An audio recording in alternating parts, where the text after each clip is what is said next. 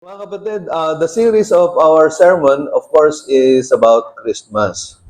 Tapos na tayo kay Mary, kay Joseph, sa shepherds, ngayon naman sa wise men. So, alam niyo ba yung wise men, of course, ang tawag natin dyan ay Magi's, no? Or Magi's, o sa Tagalog, Mago. Pero alam po ninyo, hindi naman po yung kagayang kinakanta natin, no? Yung We Three Kings of Orient are. Hindi naman po Three Kings yon. Hindi lang sinabi na three at hindi rin sinabi na kings, but wise men. In fact, they could be 10, 20, 30, 40. So, wise men.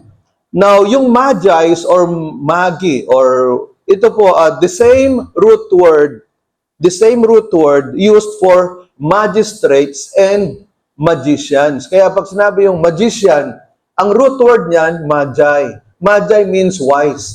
Then magistrate, pag sinabing magistrate, mahistrado, yung mga nasa, yung mga nasa korte, yung mga lawyers, o mga magistrates po yan, mahistrado. So, ang root word pa rin yan, magi, which means wise. So, kaya ito, mga wise men po ito. So, the Magi's were most probably Persians. Ang Persians po, sa panahon natin ngayon, Iran. Okay? Ang Babylon, sa panahon natin ngayon, Iraq. Okay? Now, dati pa, magkalaban na yung Persia sa Babylon. Now, the Magi's were mostly probably Persians who were influenced by Prophet Daniel when Daniel was deported to Babylon under the time of Nebuchadnezzar, then invaded by the Persians. So, yung mga Babylonia po, sa panahon po ni Nebuchadnezzar, kinonquer nila ang Israel. Now, yung mga kabataan na mayroong potensyal, dineport nila from Israel, dinala sa Babylon, sa Iraq. Ngayon, ang Iraq, in-invade naman ng Persia. Okay? So, kaya po, most probably, ang sabi ng mga Bible scholars, itong mga wise men na ito, galing sa Iran, mga Persians. Ngayon, dahil si Daniel, napakatalinong tao, naging po siya, isa sa mga pinakamataasang posisyon sa Babylon at sa Persia. Na-influensyahan ni Daniel yung mga wise men, yung mga teachers, spiritual leaders sa panahon na yon sa Babylon at sa Persia, yun po ang nangyari. Kaya ito pong mga Persians na ito, dahil nalaman nila yung prophecy mula kay Daniel. So, marahil na-intriga sila. Sino ba itong tagapagligtas na to? Sino ba itong Mesiyas na to? So, pinag-aralan nila ng pinag-aralan. At ito po, ito nangyari, itong mga wise men na ito yung panahon na kung saan hinanap nila nasaan yung bata na ipinanganak na tagapagligtas. So, ano ba yung unang mga dapat nating matutunan? Number one, they studied the prophecy. Ang sabi po dito sa verse 1, chapter 2, verse 1, yung binasa natin, panahon ng paghahari ni Herodes sa Judea nang ipanganak si Jesus sa Bethlehem, may mga pantas mula pa sa silangan na dumating sa Jerusalem. So, mga pantas na the wise men from far away land, so pinag-aralan po nila yung prophecy. Saan galing yung prophecy? Sa Old Testament po, ito po yung nasa Isaiah 7:14, Micah chapter 5 verse 2, Numbers 24 verse 17. Ito po yung mga prophecy sa Old Testament na marahil itinuro ni Daniel doon sa mga Babylonians at sa mga Persians na nakarating dito sa wise men na ito na pinag-aralan nila. They became so curious, pinag-aralan po nila yung propesya. So, ano yung pinaka-application natin dito? We need to study the Word of God like the wise men to know the Lord. Lagi ko po sinasabi, you cannot know the will of God without knowing the Word of God. Hindi mo malalaman ano bang kalooban ng Diyos. Paano mo malalaman ang kalooban ng Diyos, ang katuruan ng Diyos, kung hindi ka nagbabasa ng salita ng Diyos? Lagi ko po sinasabi, it takes only 7 minutes to read one chapter in the Bible. That is why, wala tayong dahilan, kahit sino sa atin, wala tayong dahilan na, Pastor, ang dami, sobrang busy ko eh. Talagang ginagawa ko ang araw ang gabi, gabi ang araw, para lang talaga kumita ng pera, magtrabaho, itaguyod yung pamilya ko. Talagang wala na akong panahon dyan eh. Ito ang tanong, wala kang 7 minutes a day? Eh kung makapag-Facebook ka nga payat yung 1 oras eh. Masama pa loob mo eh. Pwede magsabi sa atin, magpakapag-Facebook nga na 7 minutes. Sino sa inyo dito nag-Facebook na 7 minutes? Wala, di ba? Pero kung magbasa ka ng Bible. Kaya ako, sa akin po, ang principle ko sa buhay ngayon, ilang buwan na po, no faith book, no Facebook. So, ibig sabihin, hindi ako magbabasa, hindi ako mag-Facebook hanggat di ako nagdi-divo. No divo, no Facebook. Talagang dinisiplina ko yung sarili ko. Hindi ako nagpe-Facebook. Hindi rin ako nagne-Netflix. Hindi ako nanonood ng kung ano-ano. Without reading the Bible first. That has become my spiritual discipline. Kasi nakukonsensya ako eh. Naunawaan po ninyo. Sana kayo din. Now, ano bang kahalagahan ng pagbabasa ng salita ng Diyos? Psalm 119 verses 99 to 100 sa wikang English. Basahin po natin. I am wiser than all my teachers because I think about your rules. I have more understanding than the older leaders because I follow your orders.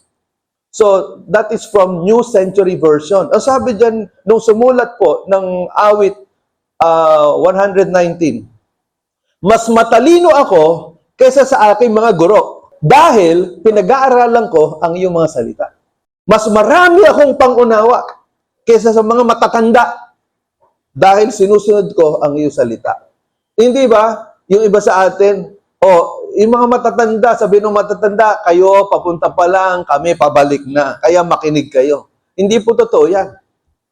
Dahil ang sabi dito, nung awit, nung salmista, mas marami akong pangunawa kaysa sa mga matatanda dahil sinusunod ko ang iyong salita. Maraming matatanda, walang pinagkatandaan. Tama, mali.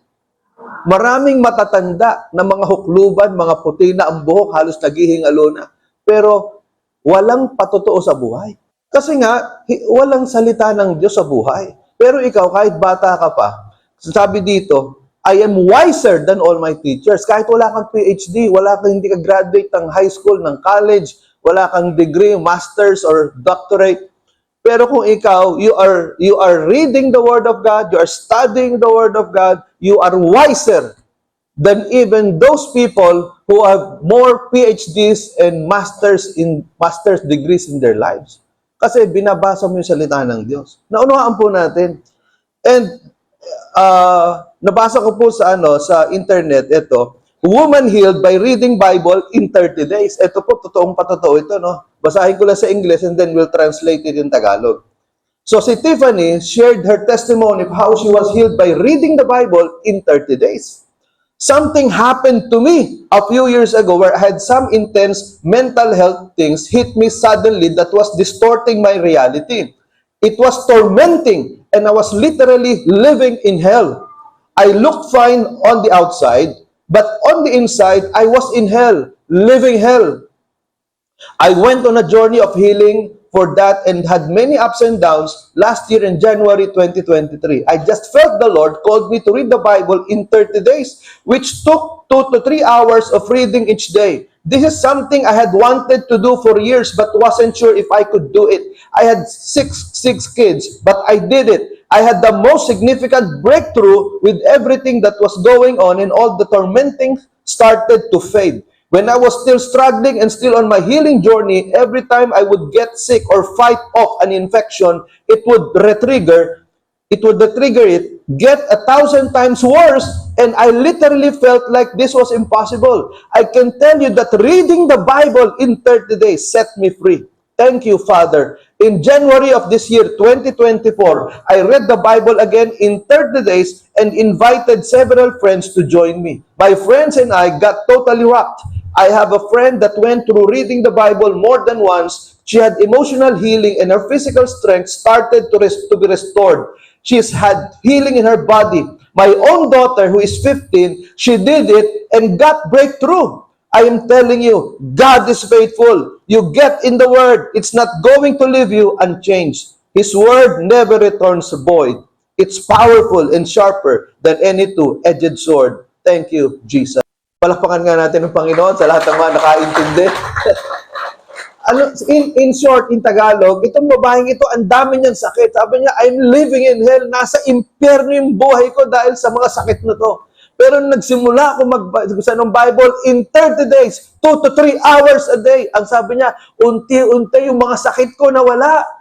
At ang sabi niya, pati yung mga kaibigan niya, ganun din ang ginawa. The same thing happened. Yung anak niya, 15 years old, the same thing happened when they read the Bible in 30 days. Nakita ninyo, grabe talaga. It's very true. Lalo na if you have meron kang emotional problem, no? Alam nyo, karamiwan po ng mga physical problem, psychosomatic. Ibig sabihin, it's in the mind. Ngayon, kapag na-heal ang mind, unti-unti, pati yung katawan sumusunod. Naunawaan po ninyo. Kaya mahalaga po yan, no? Na yung ating pag-iisip, it is conditioned and healed by the mind is healed by the word. Kapag ka ang isip mo na-healed ng word of God, pati katawan mo sumusunod. Naunawaan po natin. Okay. Now, pangalawa, search for the fulfillment of the prophecy. So, hindi lang nila pinag-aralan, hinanap pa nila. Ang sabi doon sa verses 5 and chapter 2, 5 and 6, ang sabi dito, tumugon sila sa Bethlehem po sapagkat ganito ang sinasabi ng propeta, at ikaw, Bethlehem, sa lupain ng Judea ay hindi pinakahamak sa mga pangunahing bayan ng Huda sapagkat sa iyo magmumula ang isang pinuno na namamahala sa aking bayang Israel. And then sabi dun sa verse 2, nagtanong-tanong sila, nasaan ang ipinanganak na hari ng mga Hudyo? Nakita namin sa silangan ng kanyang bituin, kaya naparito kami upang siya ay sambahin. So sabi, hinanap talaga eh. Hindi lang pinag-aralan, hinanap. So their long and tireless search led them to the fulfillment of the 700-year-old prophecy. So ano po ibig sabihin nito? Yung kanilang paghahanap, yung paghahanap po nitong mga pantas na ito, can you imagine, yung prophecy sa Isaiah 7, talatang 14, ng isang birhen, manganganak ng isang bata na magiging tagapagligtas, Isaiah 7, talatang 14, how many years before it happened? Dito sa Matthew chapter 2, 700 years! Can you imagine 700 years? Bago natupad. At pinag-aralan nito mga pantas na to, nasaan na yung katuparan nung after 700 years? Kaya grabe, sobrang excitement nitong mga pantas na to Can you imagine, na-imagine nila, realize nila, 700 years ang lumipas at eto, natupad yung hula, nasaan na yung bata? Naintindihan niyo ba? Nararamdaman niyo ba yung excitement ng mga pantas? So, ang tanong, what led the wise men to the house of Joseph and Mary? Okay. Ang sabi doon sa binasa po natin, natagpuan nila yung bata sa bahay. Hindi ba ang pagkakaalam natin si Christ pinanganak sa sabsaban? Tama? At ang sabi ng iba, pinanganak sa loob ng kuweba. Pero bakit dito sinabi, natagpuan nila sa loob ng bahay? Di ba may pagkakaiba yon? So, ibig sabihin, itong wise men na ito, natagpuan nila si Jesus, hindi doon sa gabi na ipinanganak si Jesus. Kailan? Months after. Nasa bahay na Kaya nga, may sineselebrate tayo na yung Three Kings, January 6. Kasi hindi naman talaga Pasko, dumalaw yung mga pantas. Lumipas po ang linggo. In fact, si Herodes, nung nalaman niya itong propesiya, pinapatay niya yung mga bata mula 2 taon pababa. Bakit po? Posible kasi na itong mga pantas na ito, dinalaw nila si Jesus nung siya ay 2 years old na. Naunawaan po natin. Kasi nga, pinag-aralan pa nila ng gusto. Nasaan ba itong batang ito? Talaga, it took them weeks and months and even years to find the baby. So tingnan po ninyo kanilang grabe talaga yung paghahanap na ginawa nila. Naunawaan po ninyo, hindi sila tumigil hanggat hindi nila natatagpuan yung bata, yung propesiya. So mga kapatid, sa ano ang nagdala sa kanila dito sa bahay? Hindi ba? Okay? The star led them to the house where Jesus was living at that time. So, ano ba tong star ng Bethlehem? Ito daw po, it is probably the Shekinah glory of the Lord na biglang nagliwanag ang Panginoon at itong liwanag na to, parang sa isang anyo ng isang star, isang bituin, at yun ang nag-guide doon sa mga wise men. Now, in application, be careful with the star that you follow. Ibig sabihin, may mga tao tayo na siguro ay inahangaan or sinusundan. Parang sabihin natin, yung mga showbiz stars, mga K-drama stars, mga K-pop stars, o kaya mga Bible teachers. So mag-ingat po tayo kasi ang sabi sa Proverbs 14 verse 12, merong isang daan na akala ng tao ay tama, subalit ang katapusan nito ay kapahamakan. Baka yung sinusundan mo o yung taong ina-idolize mo o tinitingala mo, dadalhin ka sa kapahamakan. Okay? That star could be your scar. Ibig sabihin, yung star mo, sa huli, scar pa lang ibibigay sa inyan. Peklat, sugat. Now, pangalawa, who is the star that led you to God? Sino ba yung tao na ginamit ni Lord para mailapit ka sa Kanya o mabago yung buhay mo? You go to that person and thank that person. Magpasalamat ka, lalo na ngayong Papaskuhan. Magpasalamat ka, Lord, salamat po sa taong ito. Ginamit mo po siya para mabago yung buhay ko, maituwid yung pag-iisip ko, mabago yung pamilya ko, mabuo yung pamilya ko, mabuo yung isip ko, mabuo yung pagkatao ko. Salamat po, Lord, dito sa star na ginamit mo. Naunawaan po natin, it's about time to appreciate and to thank that person, the star that God has used for you to lead you to the Lord. Pangatlo, be a star to somebody else this Christmas. Ibig sabihin, ikaw naman yung maging star. Ikaw naman yung maging bituin. You lead somebody to the Lord. Or you help somebody. Naunawaan po natin, kung ano yung ginawa mo, ano yung binigay sa iyo ni Lord, yun ang gawin mo para sa iba. Naunawaan po natin. So, kung ano yung maganda na nangyari sa iyo, you share it to others. Be a star to somebody. Alam po ninyo, napakasarap sa pakiramdam. Walang katumbas na bayad dito. Ako para sa akin bilang pastor. Kapag nakikita ko, halimbawa kayo, yung mga miyembro natin na dating ang mga buhay, mga wasak. Ang mga buhay dati, ang mga pamilya, sira. Talaga, puno-puno ng bisyo, liko ang buhay, wasak ang buhay. Pero kapag nagpapatotoo, at naririnig ko yung mga patotoo na binago sila ng Panginoon, umayos ang pag-iisip. Pangatlo, they showered him with gifts. No? They showered him with gifts. Nung nakita na nga nila, sabi doon sa verse 11, okay, pagpasok sa bahay, nakita nila ang bata sa piling ni Maria na kanyang ina, nagpatira pa sila at sinamba ang bata. Inihandog din nila sa kanya ang mga dala nilang ginto, insenso at mira. Okay, so they showered him with gifts. Ano yung mga gifts? Insenso, ginto, at mira. Yung gold, it symbolizes kingship. Ibig sabihin, itong mga pantas na ito, nagdala ng ginto, yung ginto na yan, sinisimbolo ito ng pagsamba doon sa hari. Because the baby is not an ordinary baby, but a king. Gold is for a king. So, sinire-recognize sila na hari itong batang ito. Pangalawa, frankincense. So, yung frankincense, incenso, it symbolizes prayer and worship. Kumbaga, ito po ay para naman, sinisimbolo na itong batang ito ay dapat na dalanginan at sambahin. Pangatlo, myrrh. Yung mira, ginagamit naman ito para i-anoint yung mga namatay. So, parang sinasabi na nitong mga pantas na ito yung gagamitin kapag ka ikaw ay namatay na. So mga kapatid, gaano daw karami yung dinalang kayamanan? Hindi lang ito kasing laki nitong treasure chest natin na offering box, no? Maliit lang. Ito, ganito kalaki daw yan. Parang hindi kayang buhatin ng isang tao. Naunawaan po ninyo? Ganyang kalaki. So, ibig sabihin po, mga kapatid, God blessed Joseph and Mary with enough wealth to start a family.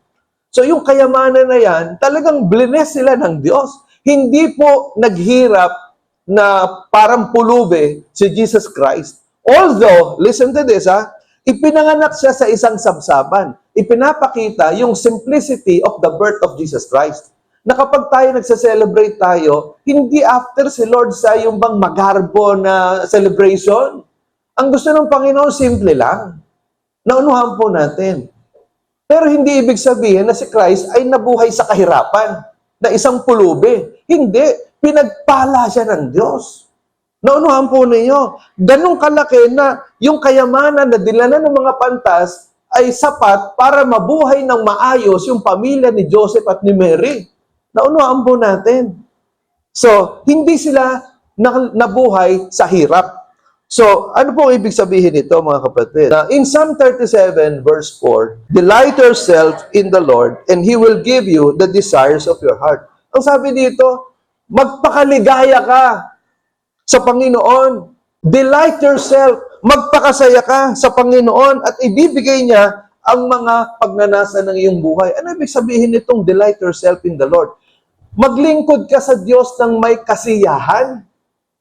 Naunahan po natin, hanapin mo yung kasiyahan sa paglilingkod sa Diyos.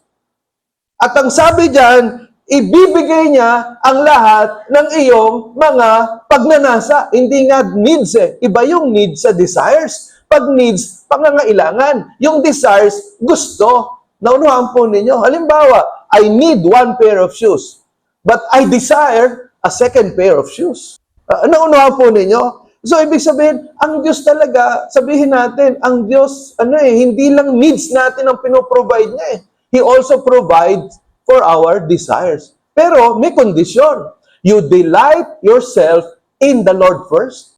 Naunahan po ninyo, magpakasaya ka sa paglilingkod sa Diyos. Okay? Now, in application, the Magi's went to the baby not to receive, but to give. Naunahan po ninyo, hindi nila hinaasa na yung Mesiyas na makahingi naman. Hindi. Nagbigay sila. So, this Christmas, instead of expecting to receive, why not give? Then, you will not be disappointed this Christmas. Learn to give as much as you are able. Kasi iba sa atin, ay Pasko, sino kaya magre-regalo sa akin? Ang bihira naman, wala magregalo sa akin. Eh, ang tanong, birthday mo ba? Kung hindi ka man makareceive ngayon, huwag sumama ang loob mo. Dapat, kasi Acts 20 verse 35, tandaan niyo yung verse ha, huwag niyo lang tatayaan. It is more blessed to give than to receive. Mas mapalad ang nagbibigay kaysa sa mga tumatanggap. Bakit sinabing mas mapalad ang nagbibigay? Kasi yung mga nagbibigay, mas pinagpapala. Naunuhan po ninyo. Okay? So, alam niyo, halimbawa, meron po ako na-invite na isang mayaman, no? Mayaman na pastor. Hindi ko nasabi kung anong pangalan, pero talagang multimillionaire. And then, nilabgipan ko siya ng 500 kasi it happened more than mga 20 years ago na eh. Ang sabi niya, Pastor, tatanggapin ko to para i-bless ka ni Lord. Naunuhan po ninyo. Hindi niya tinanggihan. Kasi sabi niya, kasi pwede niyang tanggihan multimillionaires eh. Pero sabi niya, Pastor, tatanggapin ko to para i-bless ka ni Lord. Okay? So, this because when we give, we are more blessed, no? Ito December 2021. December 21, 2020. Pinatawag ko yung iba mga pastor dito sa Valenzuela, nagpa-Christmas party ako, pinakain ko sila, I spent 10,000 pesos. Sa pakain, sa raffle, sa giveaways, I spent 10,000 pesos. December 21, 2020. Pero ano po ninyo, without me knowing, may nagbigay sa akin ng 100,000 pesos. December 23. Ito nga, pinicturean ko. December 23, yung 10,000 ko, nanganak ng 100,000. Hindi ko talaga ina-expect ito.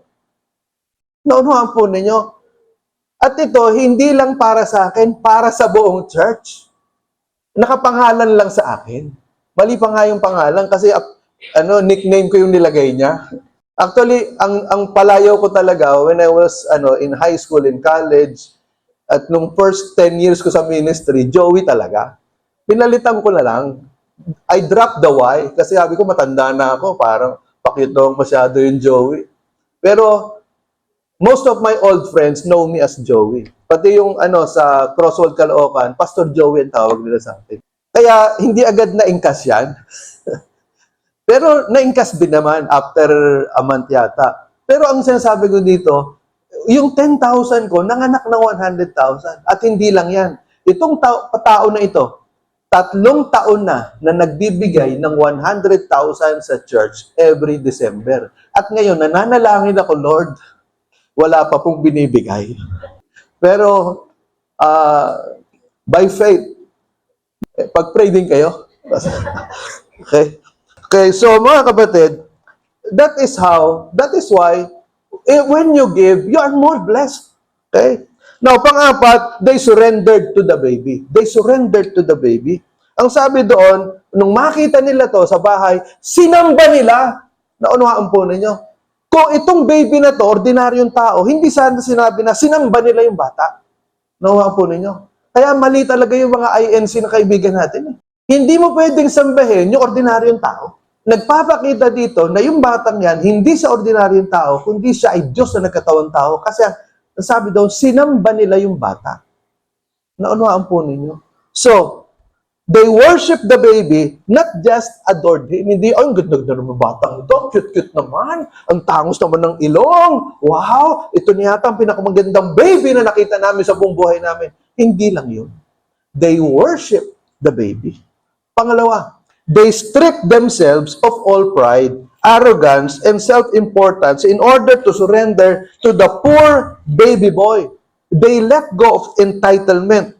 They humbled themselves. Ibig sabihin, mga kapatid, inalisan nila yung sarili nila ng mga sila, mahiyaman eh. Iba hari, iba mga pantas, mga matataas ang posisyon. Pero, sinamba nila yung bata nagpakababa Inalis nila yung kayabangan, yung kanilang mga entitlement na, di ba yung mga feeling entitled yung mga kabataan ngayon na you serve me, or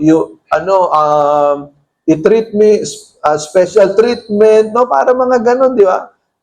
So, pero itong mga ito, inalis nila yun Yung feeling of entitlement, but they humbled themselves. Naunawaan po natin. So, mga kapatid, napakahalaga po nito na tayo sa paglilingkod natin sa Diyos, we should learn how to humble ourselves. One of the enemies of humility, yung bang hindi ka marunong i-correct, hindi ka marunong pagsabihan, hindi ka marunong punahin, hindi ka marunong i-rebuke. Kasi lahat naman tayo nagkakamali, di ba? May perpekto ba sa atin? Wala namang perpekto sa atin So magpasalamat ka doon sa mga taong pumupuna sa mali mo. Magpasalamat ka sa mga tao na nagsasabi sa iyo kung anong dapat mong gawin. Naunawaan po natin. Kaya halimbawa, somebody corrected you. Somebody criticized you. Huwag sasama ang loob mo na gaganti ka, o mag-aalsabalutan ka, o magre-rebelde ka. Sa una, masakit talaga yun. Masakit na ako correct, di ba? Ako nasasaktan ako pag nako-correct ako, pero iniisip ko yun. Sabi ko, may tama itong tao ito May tama talaga.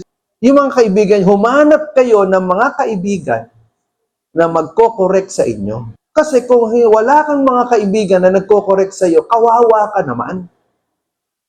Eto kung yung kaibigan mo na yan, totoong kaibigan, sana nag-i-improve ang buhay mo. Sana yung karir mo nag-i-improve. Yung pagkatao mo nag-i-improve. Yung pagka-Kristiyano mo nag-i-improve kung totoong kaibigan niyang kasama mo. Naintindihan niyo ba? So, ganun din, that is part of humility. Naunawaan po natin. Okay. Now, King Herod, talagang grabe itong si Herodes, napakayabang. Bakit? Imbes na sambahin niya yung bata, gusto niyang patayin. Kasi sabi niya, ako yung hari ng mga hari. Sino sinasabi niya na pinanganak yung hari ng mga hari? Ako yun. Kaya yung kayabangan ni Herodes, yun ang pumatay sa kanya. Now, Jesus Christ must be adored not just as a baby born on a manger, but also as a man crucified on the cross. Not just as a Savior, but also as Lord and God. Hinahangaan si Jesus Christ. Kung hindi, siya ay dapat sinasamba. Hindi lang siya nanatiling bata na nasa sabsaban, kundi siya ay lumaki at Nung lumaki siya, ginawa niya yung kanyang mission at yung kanyang ultimate mission to die on the cross to save us from sins. 5 ways that Satan steals Christmas. Ito, mahalaga po ito. 5 paraan bakit ninanakaw, paanong ninanakaw ni Satanas yung Christmas. Number 1, selfishness. Kapag tayo selfish, makasarili ka, puro ikaw, Pasko ngayon, ano kaya iregalo nila sa akin? Saan kaya ako makapunta? Ano kaya makain ko? Ano kaya mabili ko sarili ko? Di ba, mga ganon? Selfishness yan. Pangalawa, adoration of material things. Ibig sabihin, kapag ka ang Pasko para sa iyo bagong ganito, bagong bagay, bagong ganito, bagong asawa, bagong boyfriend, bagong girlfriend. So, ano yan? Material things. Bagong kotse, bagong cellphone. Nako. Material things, ninanakaw ni Satanas yung espiritu ng Kapaskuhan. Pangatlo, neglecting the poor. Kapag kayo mga may hirap o yung mga tao nangangailangan, hindi mo matulungan. Kaya mo naman, pero hindi mo matulungan, ninanakaw mo yung espiritu ng Kapaskuhan. Pangapat, traditions over truth. Ano yung tradition? Christmas party, no?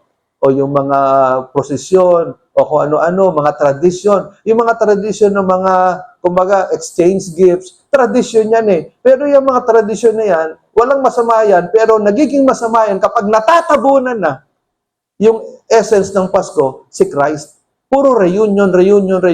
Pero nasa na si Christ? Halimbawa, meron nga 2 matanda, pumunta sila sa restaurant, nagkakainan sila, nagkakatawanan. Dumating yung yung waiter, sabi ng waiter, ang saya-saya po ninyo. Bakit po? Ang saya-saya po ninyo, pwede bang makichismis? Ano po bang, bakit kayo masaya? Ang sabi ng, kasi birthday ng apo namin. Ang sabi ng waiter, nasan po yung apo niyo? Nagkatingin yung 2 matanda. Oo nga naman, nagse-celebrate sila. Wala yung celebrant. Magpasalamat tayo, nandito tayo sa church. Why? Because we are celebrating the celebrant, si Jesus Christ. Palakpakan nga natin ng Panginoon. Ito yung panghuli. Adoring Santa Claus more than Jesus Christ. Di ba? Yung pinakasikat na kanta, Santa Claus is coming to town. Di ba? Hindi naman si Santa Claus yung pinanganak, hindi naman si Santa Claus yung darating. Si Jesus Christ yun eh. Pero ang mga bata, ayun kabisadong kanta. You better watch out, you better not cry. You better not pout, I'm telling you why. Santa Claus is coming. He knows when you are sleeping, He knows when you're awake. He knows if you've been bad or good, so be good. So, for goodness sake. So, tingnan ninyo, He knows if you've been bad, He knows if you've been good. Sino ba yun? Si Jesus Christ dapat yun eh. Hindi naman si Santa Claus yun eh. Naintindihan niyo ba? Sabihin, si Santa Claus, all-knowing? Alam niya kung sino yung mga batang mabuti at sino yung batang masama. Ninakaw na talaga ni Santa Claus yung para kay Jesus Christ. Si Jesus lang ang nakakaalam nun. Yun ang ginawa ng demonyo. Yung Christmas celebration, ang na-focus si Santa Claus, pati mga gift wrapper. Puro si Santa Claus. Ang mga kanta, ang mga costume, puro Santa Claus. Ang mga dekorasyon sa bahay, puro Santa Claus. Asa na si Jesus Christ? Naunawaan po natin, mga kapatid. So, dapat, kaya nga, mga kapatid, it's time for us to redeem the meaning, the spirit of Christmas. Now, okay, the challenge for all of us, search the Word of God. Okay? Hanapin natin ang salita ng Diyos, pag-aralan ang salita ng Diyos. Pangalawa, share your blessings to others. Kung bless ka ni Lord, share your blessing. Okay? Pangatlo, surrender to the Lordship of Jesus. Alam po ninyo, mga kapatid, ito, madalas ko lang masabi sa inyo aking personal life testimony. So, mga kapatid, alam po ninyo, nung ako'y high school, nagsimula po yan nung ako'y nag-join ng fraternity. So, yung fraternity namin, ayan yung junior ng Alpha Phi Omega, SRB. Kaya kalaban namin mga acro, mga Tau Gamma, mga Beta Sigma, mga Beta Kubeta. Yung mga kalaban namin. Nung ako'y, nasira yung scholarship ko kasi full scholar ako nung high school. Lagi akong nagtatap sa klase. Pero nung ako nag-involve ako sa fraternity when I was in second year high school, nasira na lahat. Alam nyo ba? Meron ako sa bag ko na isang kadena na merong malaking padlock sa dulo. At meron din akong double blade sa loob ng bag ko. Second year high school ako noon. Natuto ako mag-drugs, marijuana. Tapos po, wala pang sabon noon. Ang tinitira namin, mga cough syrup. Minsan, pagka walang cough syrup, kahit tusiran.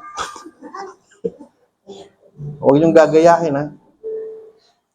Eh, yung mga noon, kapag sabog na kami, yung mga cassette tapes doon, inabutan yung cassette tapes, wala pang mga lyrics doon.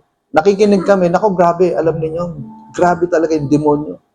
Kapag sabog na kami, ang linaw-linaw ng lyrics ng mga rock music. Pero pagka normal ka, hindi mo maintindihan, puro ingay. Pero sabi na, tara, tira nga tayo para maisulat natin yung mga lyrics. Totoo po ito, ha? Na isusulat namin yung mga lyrics, sabog na sabog kami. Yung picture na yan, yan yung graduate ako ng college. Alam nyo, kaya ako sinasabi ito, tuwing araw ng Pasko, di yung gagawin ko, gising umaga, punta ako sa barkada ko. Ang tawag namin chongke, ewan ko, yung pa rin ang tawag, nagmamariwana kami. Damo, chongke. Pagkatapos, pagkasabog na kami, manonood kami ng sine, Panday, ang Panday. Pinagtitripan namin yun. Kaya taon-taon, gano'n ang ginagawa ko. Panday 1, Panday 2, Panday 3. Sakit ako ng ulo ng nanay ko. Umiiyak ng nanay ko. Nagigising ako, nanay ko nakatingin sa akin, umiiyak. Kasi napaka-black sheep ko talaga. Talagang puro sama ng loob ang binigay ko sa nanay ko. Alam ng mga kapitbahay namin yun sa Reyes Subdivision. Until one time in 1983, I came to know the Lord. Nagkaroon ako ng crisis sa buhay. Naka-enroll ako sa Mapua noon, engineering. Bagsak lahat ng subjects ko. Algebra, trigonometry, physics, chemistry. Sabi ko, ba't ako nagkaganito? Hindi naman ako bobo, ah. Nagtatap nga ako sa klase. Bakit bagsak to mga... Doon ko na-realize.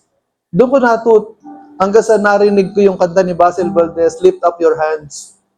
Galing sa Matthew 11:28. Come to me, all of you are tired and heavily laden, I will give you rest. For my yoke is easy and my burden is light. Umiyak ako noon. Sabi ko, Lord, kung totoo ka, magpakilala ka sa akin. Baguhin mo yung buhay ko. I was 17 years old at that time. Binago ng Diyos ang buhay ko.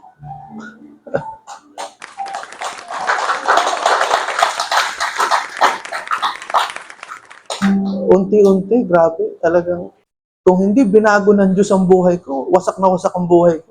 Hindi ko alam kung makakagraduate ako na engineering. Pero nagsimula ako sa Mapua. Dati, hiyang-hiya ako pagsasabi kong kick out ako ng Mapua. Hiyang-hiya ako. Pero ginamit ng Lord yun, nung nakick out ako ng Mapua, doon ko na-realize talaga, kailangan ko ang Diyos eh. Mga kapatid, kaya ako sinasabi ito, kapag ang Diyos pumasok sa puso mo, pag si Christ pumasok sa puso mo, babaguhin ka talaga. Kahit gaano kabato, kahit bakal ang puso, tutunawin ni Lord, dudurugin. Kaya yung mga magulang dito, kung yung mga anak ninyo, matitigas sa mga puso, mga black sheep, aba, magsaya ka, baka maging pastor yan. Huwag mong tigilan ang prayer. Huwag mong tigilan yan. Huwag mong tatantanan sa panalangin. Huwag kang mag-give up. Kasi kung ako binago ng Diyos, yung mga anak ninyo, kayang baguhin ng Diyos. Amen? Palakpakan natin ang Panginoon. In closing, mga kapatid, alam nyo, ito yung kantahin natin ito kahit a cappella. Oh, come, all ye faithful, joyful and triumphant. Oh, come ye